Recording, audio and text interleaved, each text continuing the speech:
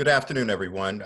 Thank you guys so much for joining this important conversation that needs to be had, not just today, but all over America, as it relates to the racial disparities and diversity of response in communities of color. We have an amazing panel. We have Justin Edwards. Justin is the Director of North America South Progress Imperative. And we also have Dr. Mary Bassett, who is just extraordinary and worked internationally around these issues. And then we have Mayor Chokwe Lumumba, the mayor of Jackson, Mississippi. I have to tell you, I'm just excited to hear from our panel. I want to spend a minute just acknowledging our Jewish brothers and sisters who are celebrating Yom Kippur today. We wish them an easy fast. You know, since March, the coronavirus has just turned our lives upside down. Many of us had to adjust our ways of socializing, working, and as local leaders, even the way we lead and govern. And I have to first say that, as I've said to many municipal officials, I need you to first take care of yourself because I know that so many citizens are expecting you to lead, you to heal as we deal with the racial uprising based upon the historical racism that has happened in America. So I do need our local mayors, council members to take care of yourself and put your mask on first as you address the issues that your cities are dealing with. You know, I want to put some foundation to our conversation today, and I'm going to ask our team to put up some slides just to set the stage here. So let's be clear. In the US today, we've had a total of over 7 million cases total. And we've had a total deaths of over 204,000 deaths in America year to date. Next slide. And as it relates to the issues of disparity, I think it's important that we kind of lay out that the disparities that have existed, that does exist because of COVID-19 and what has come about here in Black and Indigenous and communities of color. Next slide. So as you can see here, a much higher proportion of Hispanic, Latino, and Black individuals are being infected by COVID-19 in comparison to the national population. And just as a matter of focus, 19% of America's population is Hispanic, Latino, and 31% of the cases. And likewise, if you look at the Black population, it's 12% of America population, but 20% of the cases. And if you compare that to the white population in America, which is 60% of Americans, but only 39%. Next slide. So that really shows you those disparities. And then if you look at it by deaths, also the population of Hispanic Latinos are 19%, but 17% of the deaths. And then the Black community, 12% of the population and 22% of the deaths, while our white population is 60% and 50% of the deaths. So a much higher percentage of Black Americans are dying in America right now because of the age. Next slide. And as we get to total issues of age, and we're not going to show that today, but there's a high percentage of people of color that are over 65 and over 85 that's dying as a percentage of the population of the COVID-19. Here are a couple of states, and I won't go through every one of them, but there's some interesting numbers here. You know, Vermont has a 1% Black population, but 11% of the cases, 2% of the population in that state is Hispanic, but you only see 4%, or you see 4% of the cases are Hispanic. And the population is 94% white, while 83% of the cases in that state. And this, again, just shows you that the population in both the Hispanic as well as the Black numbers, the cases are higher as a percentage, sometimes 2 times higher than to be expected in these states as they're broken down. Next slide. So again, if we look at the Hispanic population here too, in these 46 states plus Washington, D.C., make up a greater share of the cases than their population. And so these are just some of the numbers here that just makes the case that there's 2 times higher than to be expected given the state population breakdown. Next slide. And again, if we look at the deaths, Wisconsin, for example, is 6% of the population of Blacks in that state, but 20% of the cases. And then Hispanics are 7% and 12% of the cases. And the state population of whites in that state is 85%, but 73% of the cases. And that goes on and on. And in 6 highlighted states, Wisconsin, Maine, Michigan, Wyoming, Kansas, and Missouri, it is 2 times greater of deaths of the Black and Hispanic population. Next slide.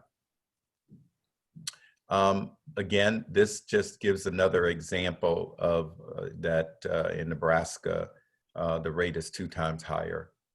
Next slide. So today is a conversation that I think is going to continue to bring attention to the disparities that exist in America as it relates to the COVID-19 impact. But it also showed the gaps that we have in America in regards to healthcare, access to quality water, housing, and other issues that have been brought to attention because of the COVID-19 impact. I've already introduced the panelists, but I do think it's worth saying that these panelists work on the ground, understand the issues, and have been a great partner to the National League of Cities and their citizens with Mayor Lumumba to make sure that these issues are highlighted and we are working on them together. So let me let the panelists jump in for a minute and just introduce yourself and talk about how your work has been impacted by the COVID-19 pandemic, especially as it relates to people of color. Let me start with Dr. Bassett from Harvard University, who's going to share a few opening comments with us. Thanks very much. And as you've heard, I'm on the faculty of the Harvard Chan School of Public Health, where I direct something called the Francois Xavier Bagnoud, or FXB, Center for Health and Human Rights. All of my working life, I've been focused on how people's lives affect their ability to be healthy. And in our country and in many countries, in fact, around the globe, the impact of white supremacy on people's opportunity for health has been enduring and has been displayed by the COVID-19 pandemic. It's said that epidemics show us who we are, and certainly we've seen that. It wasn't until May of this year that the federal government began making data available that included race as well as age and gender made it publicly available. So the kind of data that we've had have been what you've seen, these proportional looks at who's sick, meaning who's tested positive and who's negative. But we now have data that allows us to look at rates. And that's probably a better way to look at it as from a sort of epidemiologic perspective. And they show in aggregate that the African-American community, at least these are analyses that we did, data available through July, has 3.6 higher risk of dying, the Latino population twofold, and this is taking into account age. So we have to explain this. Any understanding of the COVID-19 pandemic must explain why we're seeing, not just in cities, but in suburbs and in rural areas, such large inequities in the likelihood of contracting and dying of COVID-19. So I think I'll stop there because I know we're going to have a conversation, but I could keep going. I just don't know how long my opening remarks were meant to be. I apologize. No, thank you so much. That was perfect. And let me then go to Justin. Justin, talk to us about how this has impacted your work and what type of work you're doing in this space. Sure. Thank you, Clarence. A little bit about the social progress imperative. We sort of emerged in the world scene about 7 years ago. Our organization has really been driving an effort to kind of rebalance the way national, regional, and municipal policy is set, sort of by adding to the traditional economic variables that set policy and sort of define progress in our societies. What we do is we've provided and developed a multidimensional index that really takes into account some core, issues that are relevant and important to people, either here in the United States, across the other continents of the world, in urban environments, suburban, rural environments, developed, undeveloped, poor, and wealthy societies. We measure things like health, access to education, safety, access to affordable and quality housing, and then the non-economic aspects of opportunity like rights, tolerance, freedom of self-determination, and access to advanced education. Our work in the US has really actually been accelerated in some ways, not just by the COVID pandemic, but also by the fact that we have seen in this particularly trained bubble and lens on the inequalities that exist in our communities, also adding to that the social justice movement that has just been fueled so fervently in 2020. People are really demanding for a broader lens on how they talk about their communities and how they recognize both the strengths that communities have, but also start to tackle some of these, preventable, I would say, differences in our communities and our societies, in cities, at state levels, and nationally.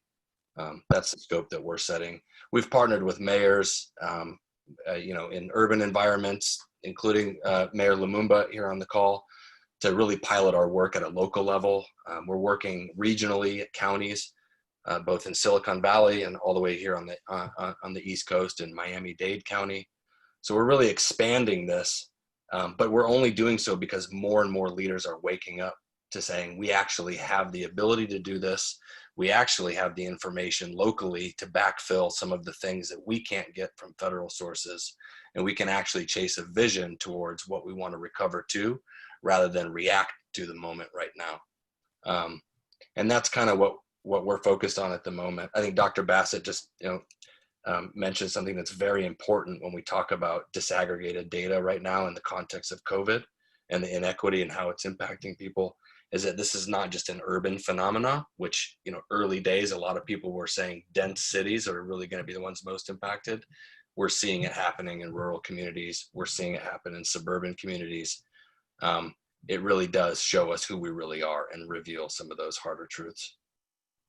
Thank you, Justin. And now I'll turn to Mayor Lumumba, and all declaring to everybody, one of my favorite mayors and friends in America, and doing an amazing job. Mayor, what are you seeing in your city, but also your network of fellow mayors that you connect with that this pandemic is showing and reflecting in America? Let me begin by first sharing that the feeling is mutual. You do such a great service for us all, Clarence, and we all appreciate you. And also express my appreciation to serve amongst such brilliant co-panelists. And just to state where we are, we're in a state of flux like many of our communities are, not only, dealing with the health concerns of the pandemic, but also that my community is primarily comprised of the very population that is demonstrated to be at highest risk or disproportionate risk as the data you shared. And I think that if we're going to have this discussion, we have to start from the onset with a moment of honesty. And it was Barack Obama who said that the greatest form of patriotism is the notion that America is not yet done, right? It's not yet through. And so when we see these disproportionate effects on Black and Brown communities, it is by and large a connection with the fact that through the very foundation of this nation has been racism. And that racism is manifest in so many ways. It is manifest in socioeconomic circumstances. It is manifest in what we now see as the disproportionate health effects. And when we look at a nation that may not have the medical advancement in order to meet the needs of the people during a pandemic, and a nation that has all of the medical advancement that it needs, but simply chooses not to because it is not economically advantageous, then there's very little difference. I know my friend, Justin Edwards, is going to speak about how we really look at the success or the failure of our economies, realizing that it's just not a measure of GDP, but looking at the sustainable development goals, looking at whether or not we have people who lack access to health care, looking at whether or not we have communities that don't have access to fresh fruits and vegetables, or what the education looks like in our communities. All of these things are a different side of the same coin. And we have to start with a very honest dialogue of where this nation is and how do we push forward a new narrative of how we move away from cycles of humiliation like communities like Jackson are facing to presenting a new idea of what a dignity economy presents. I'm very excited that some of this work is more than just rhetoric. From our end, we're trying to model the same behavior that we want to see through private industry and throughout our nation. As we have just passed our next budget, part of that budget was that we made the decision to cover 100% of the healthcare premiums of all of our city employees. If we believe, or if we know that the right to vote was the battle of the 20th century, then access to healthcare has to be the battle of the 21st. Mayor, thank you. And I want to stay with you and ask all the panelists to respond to this question. When the pandemic first was acknowledged, the issue of getting the data by race was a challenge. We weren't collecting that data. Let me ask you, all of you guys, what was the major impact of not having this kind of data? What did it do to slow down our ability to address this issue? Well, I think that it affected our ability to set policy in place that could stem the tide of where we were seeing the most disproportionate effect. Not only were we having problems in Jackson getting the data by race, we were having problems just getting our particular data for our city. And so what we have tried to do, as I know many people who are listening to this call, many cities have had to do in the absence of the real national leadership or state leadership that would be beneficial to create a comprehensive response. Mayors have been thrust in the position of serving in a role that we were never intended to. And so we tried to stand up the services that we were lacking from a federal standpoint, whether it was standing up our own testing mechanism, whether it was providing convalescence homes. I had to, without becoming a medical expert, create a means by which we could meet people where they were, having mobile testing units. And we were trying to do that as best we could without all of the data that would inform our decision making. And so a lot of that, in some regard, was based on anecdotal information as opposed to true measurable data that would affect, what community, what apartment complex we might go in. We have to understand, as we talk about the issue of race and a pandemic, we have to realize how many things we take for granted are a matter of privilege. As mayors and cities are, creating policy that says that people have to socially distance. If you live in a housing unit, what is social distancing to you? Your backyard is everybody's backyard. When you work many of the service jobs that are considered or deemed essential services, then that puts you at a disproportionate risk. When we have our children not going to school because we see it as a means of creating better health and healthier circumstances for them, what happens with those parents who not only may not have a computer and may not have access to internet, but don't have the privilege of being there with their children to help them throughout their educational process, as parents are having to stand in the gap through these challenging times.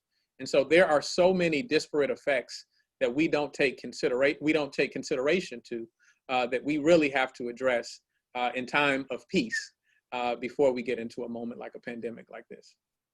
Dr. Bassett, will you respond to that, the fact that we did not have this data and now we have it, but what impact did it have on the delivery?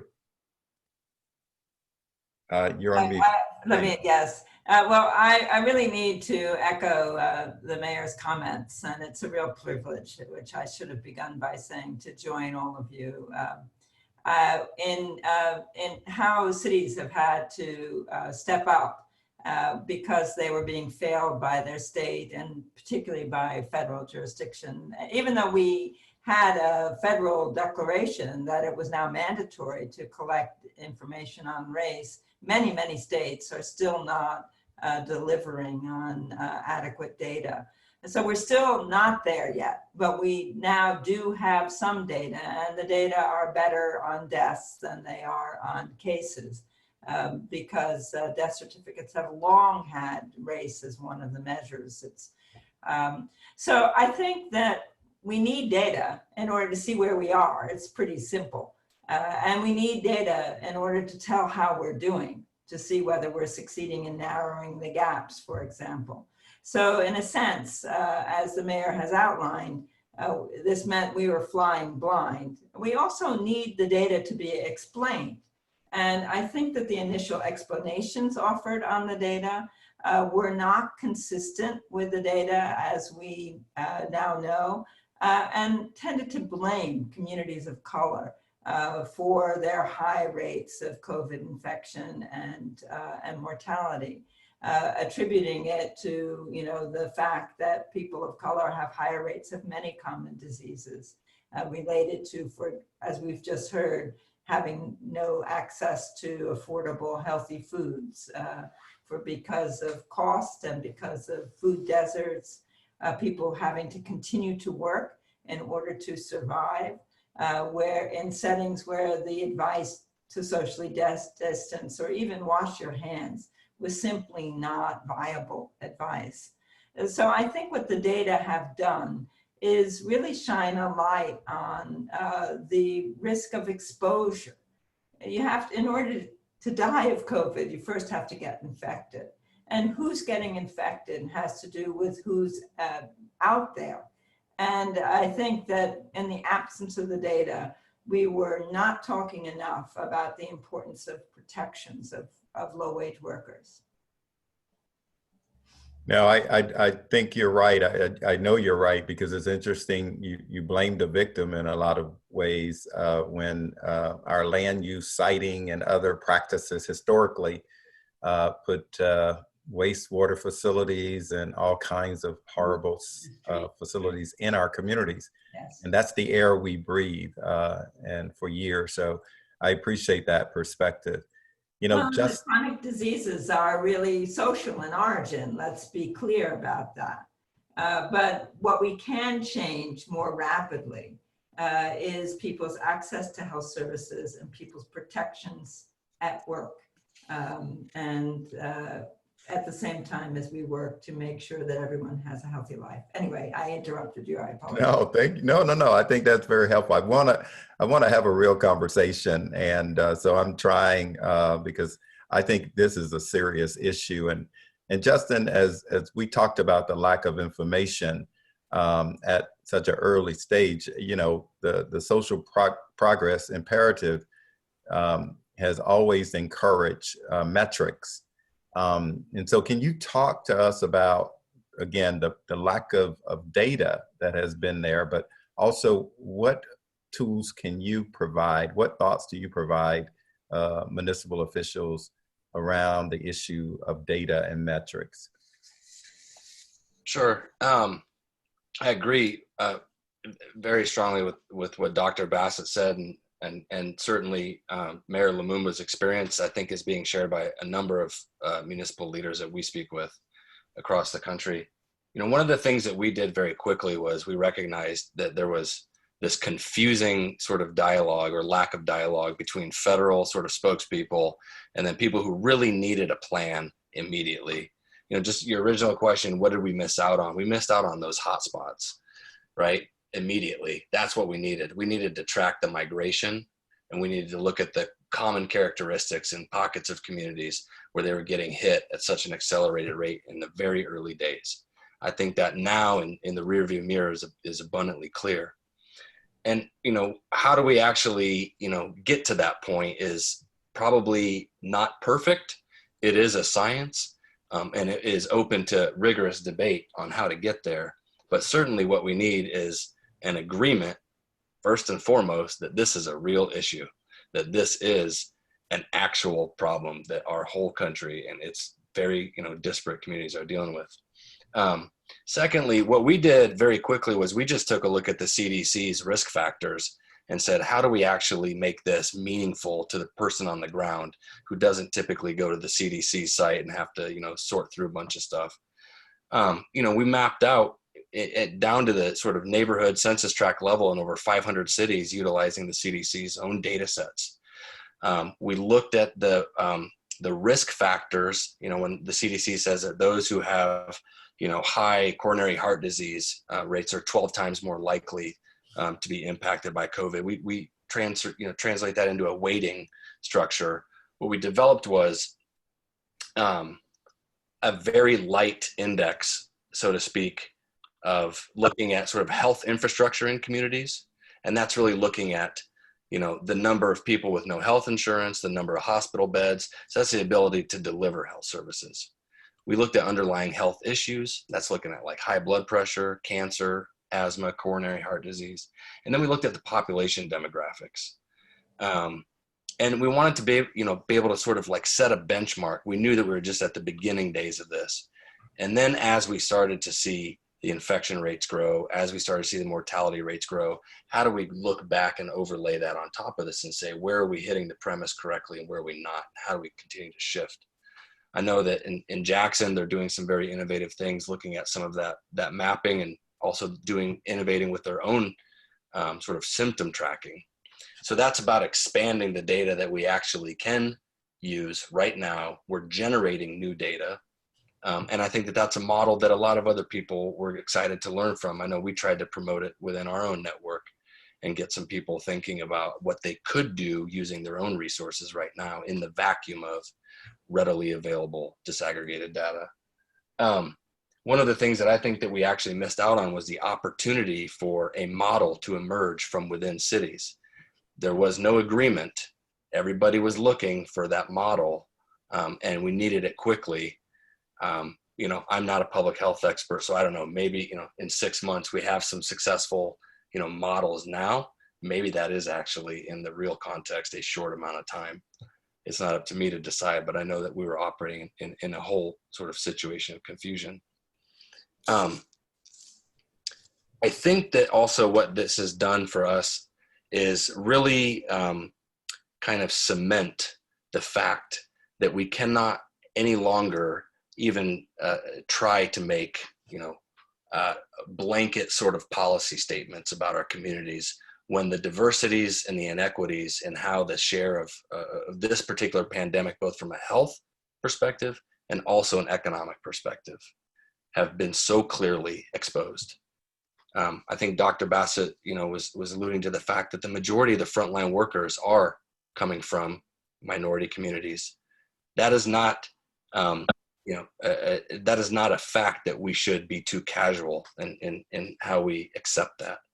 Grocery store workers, frontline workers on the health service and elder care and institutional care, food delivery workers. I think we could all close our eyes and just anecdotally even attest to that fact.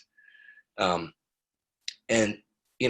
I think that if we don't continue to talk about this and interweave that into our discussions about the health sort of inequities, we're actually missing a very critical moment to say, we need to challenge this burden. There is no biological or genetic bias for why these inequities exist, right? Why should we actually presume so in the economic space as well, in the occupational space as well? I think it's a very combined situation for us. Now we're working with a couple of our partners in parts of California, both in Orange County and in San Mateo County with county leadership, and hopefully expanding into the cities there as well. Really looking at the communities sort of from a vulnerability perspective in our traditional index format, which does measure health outcomes, access to health, education, safety, and all the other things I mentioned. But we're also looking at sort of their economic profiles and saying, who is most vulnerable to be forced to go to work, and what could the health risk be as a result of that? And who cannot afford to stay home from work any longer? And also, how does that sort of exacerbate some of those inequities? And we're really trying to bring these two things together. I think there's a strategy to emerge in each case. Right. Yeah, Justin, thanks for teeing that up. I'm going to go back to Dr. Bassett and then ask Mayor Lumumba to respond to some of your comments. But Dr. Bassett has written about the ideology of neutral public health science. And I think as you talked, Justin, and the mayor has spoken, it really has brought the attention of America to this public health problem that we have in America. So Dr. Bassett, could you talk about that ideology? And I'd like Mayor Lumumba to respond and provide thoughts as well to your ideology. Sure, and I just want to say that my co-panelists have really become public health thinkers. They may not realize it, but they have. I think that although nowadays you'll hear many people talking about what we call the social determinants of health, it's almost become a jargony phrase, a shorthand for everything that we can't do anything about. And in a sense, it becomes dismissed. And public health makes an argument that it is a technical field and that its expertise is science-based, and that it's on that basis that people should listen to what we say. And some of that becomes code for not actually talking about the circumstances which place people at risk. So we may talk about the fact that people have to wash their hands, good advice that people should wear face masks, good advice that they should, stay away from other people, that they should stay home if they're sick and not go to work, and that they should avoid socializing indoors and try to do their socializing outdoors. That's all good advice. But people's ability to follow that advice should be of interest to public health people as well. And very often you'll find that people in public health, in government and in academia, want to stick to our lane, talk about the, about advice, how can we get people to adopt hand washing as if it's a personal behavior thing, or talk about the presence of conditions that we know place people at higher risk for having a bad outcome if they get infected with COVID, without talking about these inequalities that Justin has just elaborated on. And this reflects an ideology that says that public health doesn't occur where it really does happen, which is at the interface of biology and society. And that's why public health always has to contend with the political ramifications for what passes as sound public health advice. So we have to talk about, in my view, why people can't always follow the advice of hand washing, social distancing, wearing face masks. I think, is simply a matter of whether people have access to them. Why people can't stay home when they're sick. Why people don't go get tested because they're worried about what it will cost them. That's part of public health too. So I think the origins of the reluctance is ideological and reflects the fact that in our country, the growing disdain for science that we're seeing displayed in very high places has left this vacuum. But nonetheless, it's never only a matter of science, and we have to talk about both. That's my view. That was my view when I was a health commissioner for New York City, and it's my view now that I'm in academia. No, I appreciate that discussion of social determinants of health. The National League of Cities done a lot of work in that area, and working with municipal officials to understand that concept and how it has lifelong impacts on families. Yeah. Mayor Lumumba, you started talking about some of these issues in your opening statement about people not having a choice when you live 6 deep at home. I mean, you hear Dr. Bassett's view of this ideology about public science. What's your reaction, and how is it impacting Jackson, Mississippi? I made the classic COVID mistake of not unmuting myself. Yeah, it's like my goal, at least this year, to have someone say, you should unmute, and I haven't made it yet. Well, I think Dr. Bassett frames the circumstance perfectly. But I will add this. I think that most people, let me say this, most people are not afraid of change. Most people are afraid of loss. And so I think it's a measure of how we establish the narrative of why this is important to other people. Because these social determinants of health are more than just impactful to the obvious victims of inequality that we're talking about, but the less obvious victims. If we had a more progressive, equitable, and proactive health system, a more progressive, proactive, and active policy around economics and equality in this country, then we would have gotten rid of this pandemic months and months ago, right? And so the more that we look at it from that context, the fact that when we are critical of things and decisions that help sustain, because there are all kinds of ancillary effects of COVID-19. It's not just the health impacts. It's the increase in domestic violence. It's the increase of crime that's taking place in communities because people are suffering from circumstances of humiliation, right? Circumstances of great desperation. All of those things impact the quality of life of each and every one of us. And so I want us to make certain that we bring into this discussion that this isn't just a black and brown conversation, right?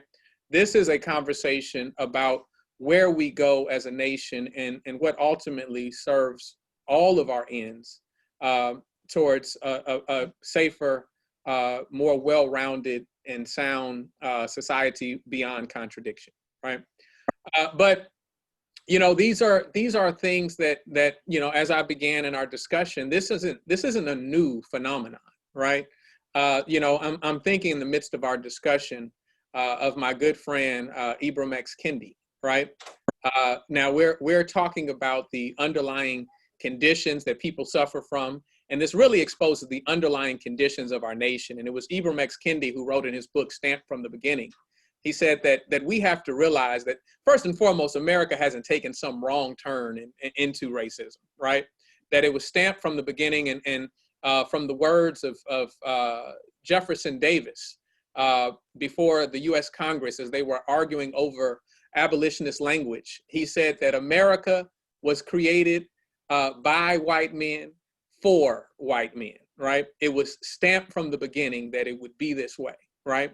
And so we have to consider the fact that was not the proper way to go about things, right? We have to consider the fact that not only is it dehumanizing to large swaths of our population, but it ultimately does not allow us to project and present the nation that we all aspire to see. And so it is these inequalities, it is these issues that we haven't addressed that is allowing a nation which does not represent 20% of the world's population to have 20% of the world's cases. We have to recognize where those disparities lie. And you know, we can't just focus on the what. We have to focus on the why. Why are we seeing this disparity, not only in Black and brown communities, but why is that leading America to have a disparate effect on, or an inequitable representation on the world stage in terms of the cases we see? Justin, why don't you, well, hold on one second, Justin. Dr. Bassett, you've been smiling. You want to react to what, I can't let you wait. Go ahead. Oh, well, that's very kind, but I think that really I am totally impressed with how cogently Mayor Lumumba has outlined these things. And I want to add, though, that we don't have the data to look at some of the questions that I think would complement an examination of disaggregated data by race. We don't have information on educational attainment, which would allow us to disaggregate the white population. I would suspect that, you know, we all know that these, although people of color are overrepresented, that there are many whites who work in low-wage jobs. And we have not been able to show that they bear this risk, because as Justin pointed out, this is not biology at work. There has been such a strong belief in the United States based on racist medicine that the bodies of people of color, particularly people of African descent, are different, and that we somehow have different patterns of disease because we have different bodies. This is not true. It's not accurate, but we don't have the data that would enable us to disaggregate the white population. So I'm just so pleased to be with such forward-thinking public health thinkers who are working and outside of the field of public health. This is something that can be fixed. That's what should make us all have hope, because it's not in our genes. It's in our society for a very long time, and it will cost a great deal to fix this in terms of dollars. But this is a very wealthy country, and this country can afford to make the changes that enable everyone to have a healthy life. So, Justin, I want to bring you in, and I think Dr. Bassett has talked a little bit about getting the data and what kind of infrastructure we may need in order to collect this data that we talk about, this public health crisis. I mean, what are your thoughts related to what kind of infrastructure, what kind of technology do we need in order to collect the accurate data so that we can respond? Yeah, thank you. Well, I think that there are a number of examples right now of some companies kind of stepping up, you know, maybe locally a little bit in their own backyards. You know, I think there needs to be obviously an agreement on the standard of the data that we're reporting. I mean, to Dr. Bassett's point, we still don't have all states doing this in the same way. There's a lack of uniformity. There's a lack of standardization in the way this has been. Johns Hopkins done a great job to really kind of stand up the best that we have available right now. And I think, again, that serves as sort of a model. I have a couple fears about how the things around the census still, the privacy issues that have been presented really as preserving privacy, and at a time when we actually need this disaggregated and identified data more right now in this real-time moment when the census data is being collected in the middle of the pandemic. This is a critical moment to really consider this, this idea of a privacy loss budget. What is the trade-off between the loss of our privacies at a moment when we need that actual nuance the most to really get ahead of some of these conversations? I'm not the person to make the ethical judgments on that. I think that we actually do have infrastructure at the federal level that could stand this up. I think that there is a significant amount of capacity in some core, tech services that exist here in the United States with pretty significant privacy standards for those who log in and then achieve those privacy standards within that confine. A little bit of my background may betray me in that I have really worked for an open and democratized web. And I think that this country remains a very innovative country, and we can innovate in the context of the moment right now and rebalance the issues of privacy, look at the assets that we have, both from private sector and public sector. And as Dr. Bassett said, and as actually Mayor Lumumba is showing and modeling in Jackson, you can develop new public-private partnerships very, very quickly if you have a dedicated vision in mind and you have a deployment strategy and you have partners that are on board. And they may not be the partners that you would have partnered with 2017, 2016 before this happened, but they may be the right partners for the moment. I think a good starting point is what the country needs right now, and some common standardization. One thing that my team has really been focusing on right now is to try to, break down where we have episodic models and see how we can actually learn from some of the models like Jackson, like other parts of the country, San Jose, California, that we've done. And is there an opportunity to get people on a starting point? Just get them to think about their communities in this public health mindset first, and actually incubate some of that thinking around, how do I recognize the assets that I bring as a company? How do I recognize the assets that we're sitting on as a municipal holder of infrastructure? And is there an opportunity to really achieve something? We've seen a lot of rapid conversations happening, especially in the time right before school started, recognizing things like the digital divide, recognizing the need to continue, free lunch programs, where are those being distributed, who actually is going to have parked assets because they're not operating in the traditional economic model, and how do we leverage some of those things and not introduce new costs to already burden public budgets.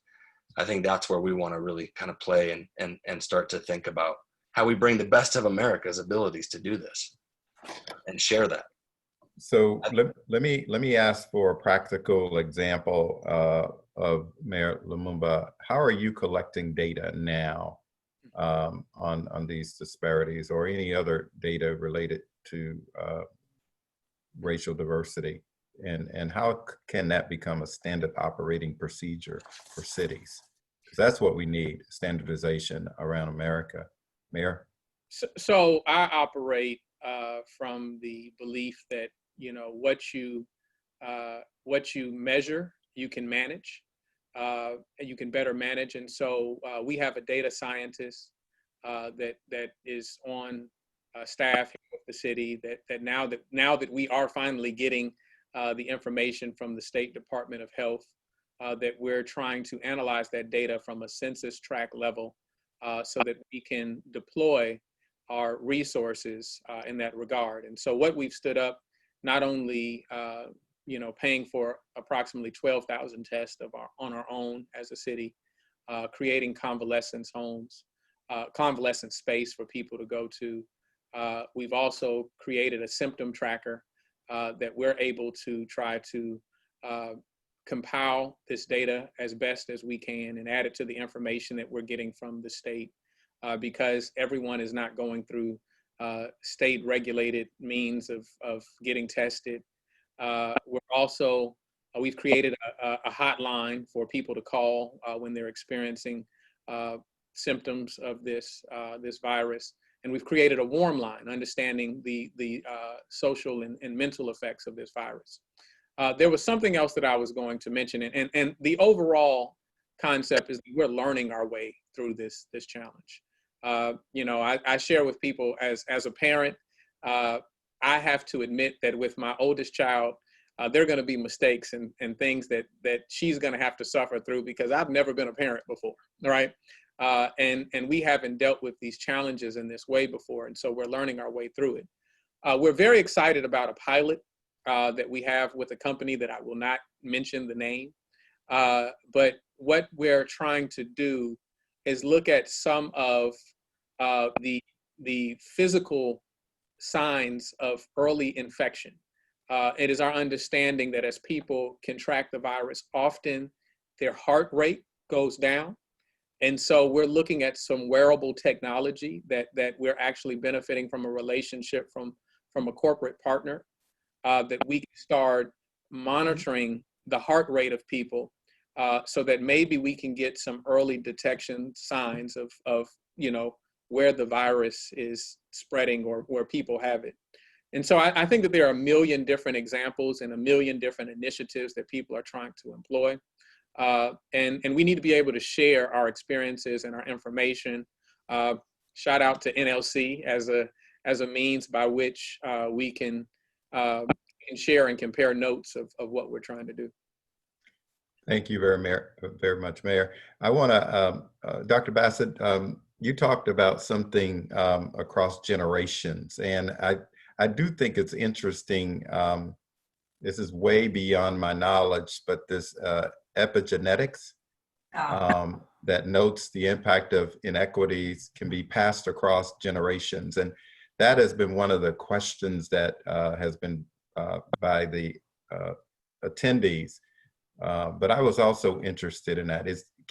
Do you think— I'm not an expert, but my basic understanding is that epigenetics refers to the transmissibility of traits through non-genetic means, so that you can see heritability in the absence of identified genetic differences, because our environment gets into our body and modifies how we process biological phenomena. And so, this is, this, along with the notion of the ways in which our bodies are modified by the constant stressors of living in a society in which effort is rewarded differentially according to skin color, and people struggle and don't succeed over time, not only one generation, but another and another, because they encounter insurmountable obstacles to success, and that this gets in our body too. So I think that these are, we're biological beings. That we have to be affected by the world around us. My view as a public health person is that we should change the world around us, and that, that figuring out how to modify epigenetic transmissibility of traits is interesting. It is a valid pursuit of science, but how about just saying that people deserve to have affordable housing, living wage, access to health care? But how about start with that? Yeah. What about quality water running through your house? Quality water. Yeah. Having air pollution. Yeah. And, all of these are things that we know now, that we know how to fix, because they're fixed for certain sectors of our society, and they should be fixed for everyone. So let me, last question. We only have 5 minutes, and I want to respect y'all time. It's been great. There's this idea concept about this vaccine that has been proposed. CDC is working on it and testing and all of that. There is this, I would say, concern to the outreach and diverse communities who is very cautious about the trials of any vaccine. Any advice to Black, Indigenous, and people of color that provides confidence about the development of a virus? And I know that the mayor went to Tuskegee, so I know he's already has some trepidation. But go ahead, Dr. Bassett, and then we need Justin, a vaccine. and I'll let the mayor close. Agree. Go ahead. That we need a vaccine.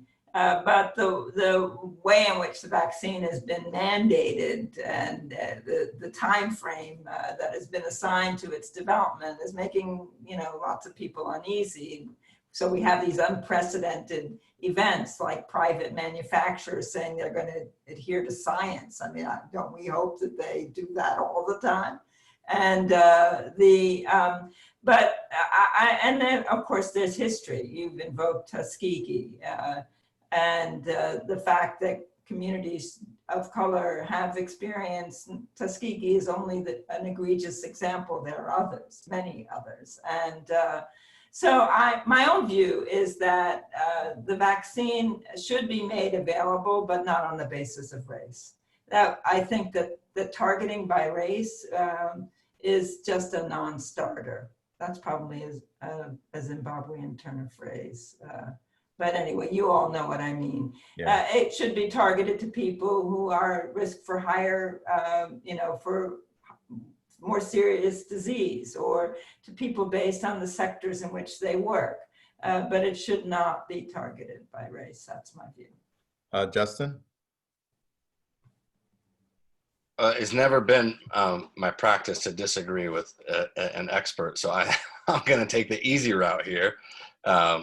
And agree. But I just think this, disagree.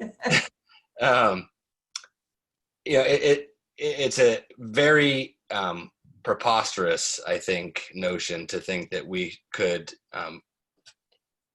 develop a strategy to deliver a vaccine according to, let's call it a political bias or an alternative agenda. Right now, the world is awake. Right now, humanity is awake to this virus.